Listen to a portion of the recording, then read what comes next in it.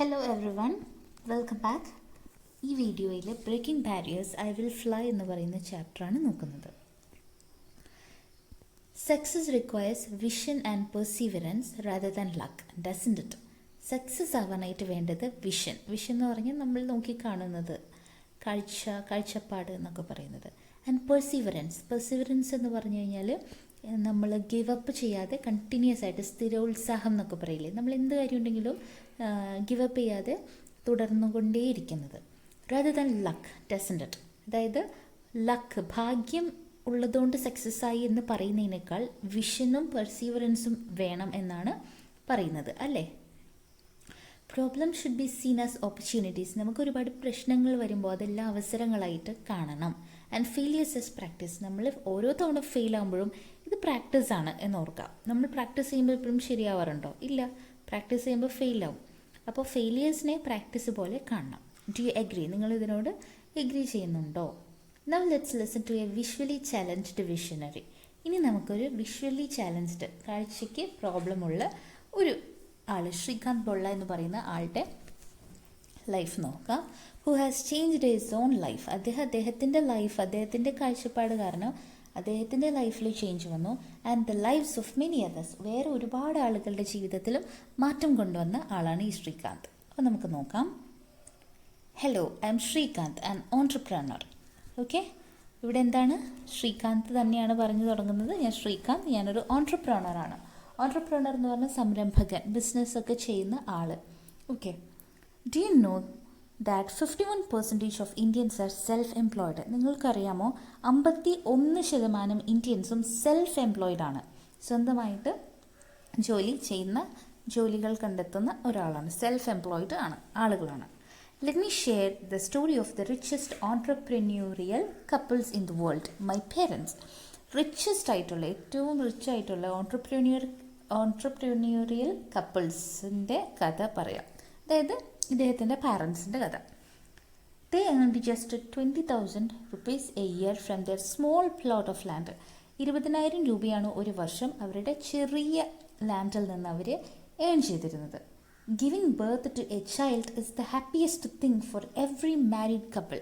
എല്ലാ മാരീഡ് കപ്പിളിനും ഒരു സന്തോഷം ഉള്ള കാര്യം എന്ന് പറയുന്നത് ഒരു കുട്ടി, അല്ലേ, ഒരു കുട്ടി ഉണ്ടാവുക എന്നുള്ളതാണ്. At that moment in time, the term apple of the eye didn't mean much to them. ആ സമയത്ത് എന്താണ് ആപ്പിൾ ഓഫ് ദ ഐ എന്ന് പറയുന്ന ആ ഒരു ടേമിന് വലിയ മീനിങ് ഒന്നും അന്ന് അവർ കൊടുത്തിരുന്നില്ല.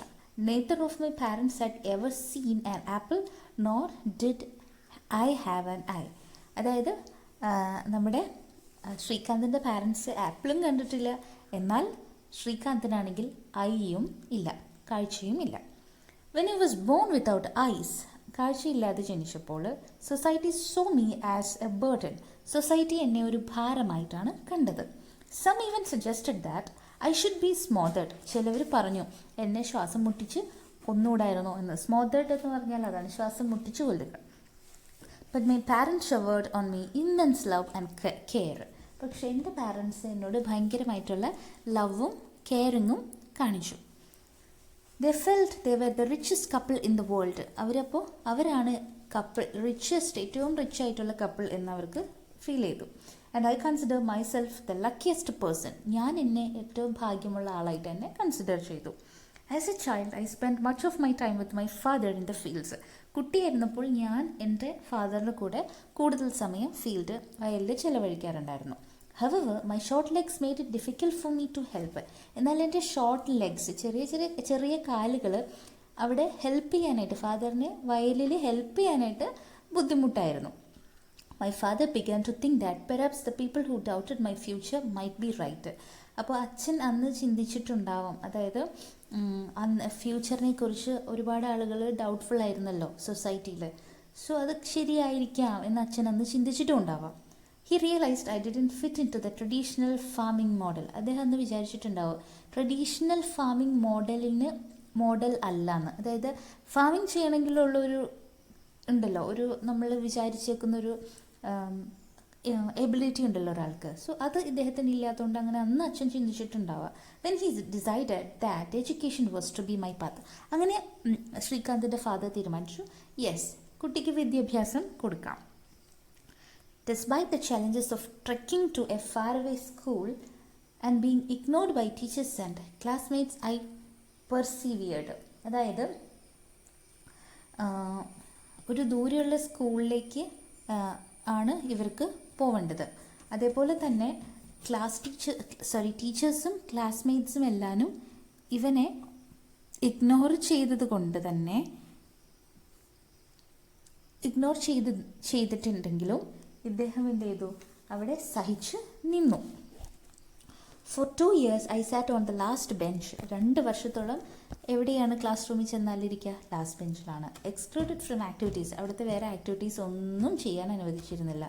I then felt like the poorest child in the world. ആ സമയത്ത് ഇദ്ദേഹം അവിടുത്തെ ഏറ്റവും പാവപ്പെട്ട കുട്ടിയായിട്ടാണ് തോന്നിയത്. Not an account of lack of money, എന്താ പൈസ ഇല്ലാത്ത പാവപ്പെട്ടതെന്നല്ല, but because of loneliness and isolation. കാരണം കാഴ്ചയില്ലാത്തത് കൊണ്ട് ഈ കുട്ടിയെ എല്ലാവരും ഒറ്റപ്പെടുത്തി. അത് അന്ന് ഐസൊലേറ്റഡ് ആയിപ്പോയി, ലോൺലിനെസ് ഒക്കെ അനുഭവിച്ചു എന്ന് പറഞ്ഞാൽ ഏകാന്തത, ഒറ്റപ്പെട്ടു പോയതുകൊണ്ട്. Eventually my parents and relatives decided that I should study in a school with students like me. അങ്ങനെ പാരൻസും റിലേറ്റീവ്സും തീരുമാനിച്ചു, യെസ്, ഇങ്ങനെയുള്ള കുട്ടികൾ പഠിക്കുന്ന സ്കൂളിൽ ഈ കുട്ടിയെ ചേർക്കാമെന്ന്. So I was sent to a special school in Hyderabad. അങ്ങനെ ഒരു ഹൈദരാബാദിലെ ഒരു സ്പെഷ്യൽ സ്കൂളിലേക്ക് ഇവനെ കൊണ്ടാക്കി. There I excelled. അവിടെ ഈ കുട്ടി നല്ല എക്സലൻ്റ് ആയിരുന്നു. ബിക്കമിങ് ആൻ ഔട്ട്സ്റ്റാൻഡിങ് സ്റ്റുഡൻറ്റ്, നല്ലൊരു സ്റ്റുഡൻ്റായി മാറി. Earning top ranks, top level ranks മേടിച്ചു. And representing India in chess and cricket, ചെസ്സിലും ക്രിക്കറ്റിലും ഇന്ത്യനെ റെപ്രസെൻറ്റ് ചെയ്ത് വരെ ഇദ്ദേഹത്തിന് പോകാൻ സാധിച്ചു. I had the privilege of working with Dr. APJ Abdul Kalam on various projects. അതേപോലെ തന്നെ APJ അബ്ദുൽ കലാം ഉണ്ടല്ലോ, നമ്മുടെ പ്രസിഡൻ്റ് ആയിരുന്ന APJ അബ്ദുൽ കലാം, അദ്ദേഹത്തിൻ്റെ കൂടെ വർക്ക് ചെയ്യാനുള്ള അവസരവും കിട്ടി. Like the lead India youth transformation project, അങ്ങനെ ഒരു പ്രോജക്റ്റിൽ അദ്ദേഹത്തിൻ്റെ കൂടെ വർക്ക് ചെയ്യാനായിട്ട് സാധിച്ചു. When I completed my 10th grade with over 90% marks, I wanted to study science at the AP State Board. അപ്പോൾ അരുണാചൽ പ്രദേശ്, AP എന്ന് പറയുന്നത് അരുണാചൽ പ്രദേശാണ്. ഓക്കെ, അപ്പോൾ അവിടെ 10th കഴിഞ്ഞപ്പോൾ എനിക്ക് 90% മാർക്സ് ഉണ്ടായിരുന്നു. അപ്പോൾ അദ്ദേഹം വിചാരിച്ചു, ഓക്കെ, AP സ്റ്റേറ്റ് ബോർഡിൽ സയൻസ് പഠിക്കാം. However I was told I could only take arts because I was impaired. പക്ഷേ സയൻസ് അല്ല, ആർട്സ് ആണ് പഠിക്കാൻ പറ്റുള്ളൂ എന്നാണ് പറഞ്ഞത്. എന്താ കാര്യം? ഇംപെയർഡ് ആയതുകൊണ്ട്, കാഴ്ചയ്ക്ക് പ്രശ്നമുള്ളതുകൊണ്ട്, ഇങ്ങനെ ഒരു വൈകല്യമുള്ളത് കൊണ്ട്. Okay, I did not consider myself visually impaired but visually challenged. അദ്ദേഹം വിഷ്വലി ഇംപെയർഡ് ആണെങ്കിൽ അങ്ങനെയല്ല കൺസിഡർ ചെയ്തത്, വിഷ്വലി ചാലഞ്ച്ഡ് എന്നാണ് കൺസിഡർ ചെയ്തത്. I was not allowed to pursue my passion due to perceptions of others. ഇദ്ദേഹത്തിന് മറ്റുള്ളവർക്ക് ഇദ്ദേഹത്തെക്കുറിച്ചുള്ള ധാരണകൾ കാരണം തന്നെ ആഗ്രഹിച്ച പാഷൻ ഫോളോ ചെയ്യാൻ പറ്റിയിരുന്നില്ല. rather than accept this, I decided to sue the government. ഇത് അങ്ങോട്ട്, അതായത് എനിക്ക് സയൻസ് പഠിക്കാൻ പറ്റില്ല, ആർട്സേ പഠിക്കാൻ പറ്റുള്ളൂ എന്ന് പറഞ്ഞപ്പോൾ അത് ഇദ്ദേഹം അങ്ങനെ വിട്ടുകൊടുത്തില്ല. എന്ത് ചെയ്തു? ഗവൺമെൻറ്റിന് അഗെയിൻസ്റ്റ് കേസ് ഫയൽ ചെയ്തു. After 6 months of legal battle, 6 മാസം കേസ് ആയിട്ട് നടന്നു. I received a government order allowing me to study science. അങ്ങനെ ഗവൺമെൻറ്റിൻ്റെ ഓർഡർ കിട്ടി, പഠിച്ചോ, സയൻസ് പഠിച്ചോ, but at my own risk. പക്ഷേ എന്ത് ഉണ്ടെങ്കിലും അദ്ദേഹത്തിൻ്റെ തന്നെ റിസ്ക് ആണ്. Despite the lack of resources, I worked hard with the help of a mentor. അതായത് ഈ കുട്ടി ഹാർഡ് വർക്ക് ചെയ്തു, ഒരു ടീച്ചറിൻ്റെ സഹായത്തോടെ കൂടി. എന്താ പറയുക, അവിടെ വേറെ റിസോഴ്സസ് ഒന്നും പഠിക്കാനുണ്ടായിരുന്നില്ല, നല്ലൊരു ടീച്ചർ ഉണ്ടായിരുന്നു. സോ അങ്ങനെ പഠിച്ചു. She recorded my textbooks on audio. അതായത് ടെക്സ്റ്റ് ബുക്ക് എന്താണ്, ഓഡിയോ ആയിട്ട് റെക്കോർഡ് ചെയ്തു. ടെക്സ്റ്റിലുള്ളത് ഇങ്ങനെ ഓഡിയോ റെക്കോർഡിങ് ചെയ്തു. And I scored 98% in my എക്സാമിന് 98% മാർക്സ് മേടിച്ചു. This proves that anyone, regardless of their impairment or challenges, can achieve great things. ഇതിൽ നിന്ന് എന്താ മനസ്സിലാക്കുക?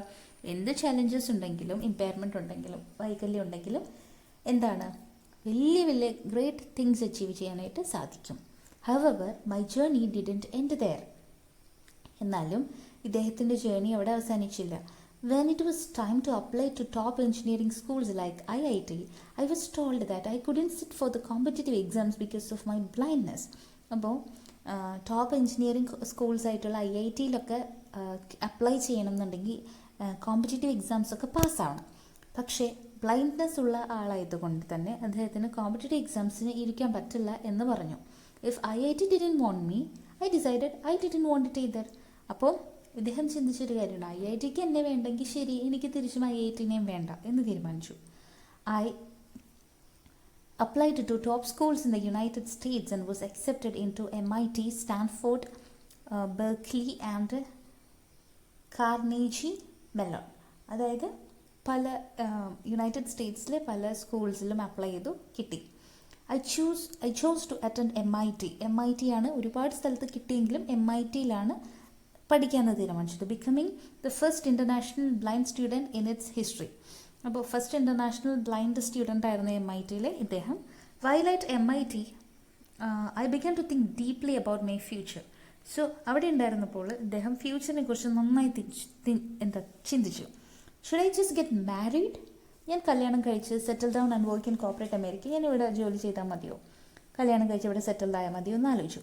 No, I wanted to solve the problems I had faced. ഞാൻ ഒരുപാട് പ്രശ്നങ്ങൾ ഫേസ് ചെയ്ത ആളാണ്, അത് സോൾവ് ചെയ്യണം എന്ന് തീരുമാനിച്ചു. Why should blind children be made to sit on the last bench? Blind ആയിട്ടുള്ള കുട്ടികളെ എന്തുകൊണ്ടാണ് ബാക്ക് ബെഞ്ചിൽ കൊണ്ടിരുത്തുന്നത്? Why should 10% of India's population who are disabled be excluded from the economy? എന്തുകൊണ്ടാണ് ഇന്ത്യയുടെ പോപ്പുലേഷനിൽ 10%ഉം ഡിസബിൾഡ് ആയിട്ടുള്ള ആളുകളുണ്ട്? സോ അവരെന്തുകൊണ്ടാണ് എല്ലാത്തിൽ നിന്നും മാറ്റി നിർത്തുന്നത്? These questions led me back to India. ഈ ചോദ്യങ്ങൾ എന്നെ തിരിച്ച് ഇന്ത്യയിലേക്ക് തന്നെ അയച്ചു. വെയർ ഐ റിട്ടേൺ, അവിടെ ചെന്നു. Giving up all the opportunities in corporate America. എനിക്ക് അമേരിക്കയിൽ ഒരുപാട് അവസരങ്ങൾ കിട്ടിയിരുന്നു, എല്ലാം ഞാൻ വിട്ടിട്ടാണ് ഇങ്ങോട്ട് ഇന്ത്യയിൽ പോയത്. To build a strong support system for the disabled. എന്തിനാണ് പോയത്? ഡിസബിൾഡ് ആയിട്ട് നിൽക്കുന്ന ആളുകളെ സപ്പോർട്ട് ചെയ്യാൻ വേണ്ടിയിട്ട്. We established a platform. ഇവരൊരു പ്ലാറ്റ്ഫോം തുടങ്ങി, Bolla industries, together with my partner to find rehabilitate, nurture and reintegrate disabled individuals into society rather than separate them from it. അപ്പോൾ എന്തിനാണ് ഇവരിങ്ങനെ Bolla ഇൻഡസ്ട്രീസ് എന്ന് പറയുന്നത് തുടങ്ങിയത്? ഡിസബിൾഡ് ആയിട്ടുള്ള ആളുകളെ ഒന്ന് റീഹാബിലിറ്റേറ്റ് എന്ന് പറഞ്ഞാൽ പുനരധിവസിപ്പിക്കുക എന്നാണ്, റീഇൻറ്റഗ്രേറ്റ് എന്ന് പറഞ്ഞാൽ പുനഃസംയോജിപ്പിക്കുക. അതായത് ഇവരെ സൊസൈറ്റിയിലേക്ക് തിരിച്ച് സെപ്പറേറ്റ് ആക്കി നിർത്തിയേക്കുന്നവരെ സൊസൈറ്റിയിലേക്ക് തിരിച്ച് കൊണ്ടുവരാൻ വേണ്ടിയിട്ട് തന്നെയാണ്. We have supported over 3,000 students in education. 3,000 കുട്ടികളിൽ കൂടുതൽ കുട്ടികളെ ഇവരെ സപ്പോർട്ട് ചെയ്തിട്ടുണ്ട്. Vocational rehabilitation, sports and much more, ഒരുപാട് ഹെൽപ്പ് ഇങ്ങനെ കൊടുത്തിട്ടുണ്ട്. അവർ company now employs over 150 disabled individuals. ഇവരുടെ കമ്പനിയിൽ ഇപ്പോൾ 150ൽ കൂടുതൽ എംപ്ലോയീസ്, ഡിസേബിൾഡ് ആയിട്ടുള്ള എംപ്ലോയീസ് ഉണ്ട്. It grosses over $1 million in sales. അതേപോലെ തന്നെ $1 million സെയിൽസിൽ $1 million കൂടുതലാണ് അവരുടെ ആ ഒരു പ്രോഫിറ്റായിട്ട് നിൽക്കുന്നത്. But we are still at the initial stage of our growth with much more to do. എന്നാലും ഇപ്പോഴും അവർ ഗ്രോത്തിൻ്റെ ഒരു ഇനീഷ്യൽ സ്റ്റേജിലായിട്ടുള്ളൂ, അല്ലാതെ കുറേ ഉണ്ട് ഇനി ചെയ്യാനായിട്ട് കേട്ടോ. I want to leave you with 3 lessons. ഇനിയും പറയുന്നത് 3 lessons ആണ് നമ്മൾ ഓർക്കേണ്ടത്. First, show compassion and help others thrive. നമ്മൾ എന്ത് ചെയ്യണം? കമ്പാഷൻ കാണിക്കണം.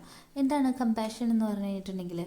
കമ്പാഷൻ എന്ന് പറഞ്ഞിട്ടുണ്ടെങ്കിൽ നമ്മളിപ്പോൾ എന്തെങ്കിലും ഒരു സംഭവം താല്പര്യം ഉണ്ടെന്നാണെങ്കിൽ നമ്മൾ കമ്പാഷൻ എന്ന് പറയുന്നത് പാഷൻ അല്ല, കമ്പാഷൻ എന്ന് പറഞ്ഞിട്ടുണ്ടെങ്കിൽ നമ്മൾ മറ്റുള്ളവരോട് അനുകമ്പ കാണിക്കുക എന്നുള്ളതാട്ടോ. പാഷൻ അല്ല കേട്ടോ, മാറിപ്പോയതാണ് പറയുന്നത്. കമ്പാഷൻ മീനിങ് മറ്റുള്ളവരോട് അനുകമ്പ കാണിക്കണം, ദയ, കരുണ, കൈൻഡ്നെസ് ഇല്ലേ, അതാണ് കൈൻഡ്നെസ് നമ്മൾ മറ്റുള്ളവരിനോട് കാണിക്കണം. അതേപോലെ തന്നെ ആൻഡ് ഹെൽപ്പ് അതേഴ്സ് ത്രൈവ് എന്ന് പറഞ്ഞാൽ മറ്റുള്ളവർ നന്നായിട്ട് ത്രൈവ് മീനിങ് ഗ്രോ ചെയ്യാൻ അവരെ ഹെൽപ്പ് ചെയ്യണം. True wealth doesn't come from money. നല്ല ട്രൂ വെൽത്ത് എന്ന് പറയുന്നത് പൈസയിൽ നിന്ന് ഉണ്ടാവുന്നതല്ല, but from the happiness of others. മറ്റുള്ളവരുടെ ഹാപ്പിനെസ്സിൽ നിന്നാണ് ഉണ്ടാവുക. Second one, remove loneliness from people's lifes. ആളുകളുടെ ലൈഫിൽ നിന്ന് ലോൺലിനെസ്, ഏകാന്തത എടുത്ത് മാറ്റുക. As it is the worst form of poverty. ദാരിദ്ര്യത്തിൻ്റെ ഏറ്റവും വേഴ്സ്റ്റ് ആയിട്ടുള്ള, ഏറ്റവും ബാഡ് ആയിട്ടുള്ള ഫോമാണ് ഈ loneliness. Finally remember that when you do something good, അവസാനം ഓർക്കേണ്ട കാര്യം, നിങ്ങൾ എന്തെങ്കിലും നല്ലത് ചെയ്യുമ്പോൾ you will be the first to benefit. അത് ബെനിഫിറ്റ് കിട്ടേണ്ട ആദ്യത്തെ ആൾ നിങ്ങളായിരിക്കണം. അതിൽ നിന്ന് ബെനിഫിറ്റ് കിട്ടേണ്ട ഫസ്റ്റ് ആൾ നിങ്ങൾ തന്നെയായിരിക്കണം. The world may look at me and say, ഈ ലോകം എന്നെ നോക്കിയിട്ട് ചിലപ്പോൾ പറയാം, Srikanth you can do nothing, നിനക്കൊന്നും ചെയ്യാൻ പറ്റില്ല എന്ന്. But I look at the world and say, പക്ഷേ ഞാൻ വേൾഡിൽ നോക്കിയിട്ട് പറയും, ഐ ക്യാൻ ഡു എനിത്തിങ്, എനിക്ക് എന്തും ചെയ്യാൻ പറ്റും. Thank you. Adapted from ink talks. അപ്പോൾ ഇങ്ക് ടോക്സിൽ അദ്ദേഹം പറഞ്ഞ ഒരു ടോക്കാണിത്. യൂട്യൂബിൽ നമുക്കിത് കാണാനായിട്ട് പറ്റും. ഓക്കെ, നിങ്ങൾ ഇതും കൂടെ വാച്ച് ചെയ്യുക. ഓൾറൈറ്റ്, സോ ഈ ചാപ്റ്റർ മനസ്സിലായെന്ന് വിചാരിക്കുന്നു. Thank you for watching.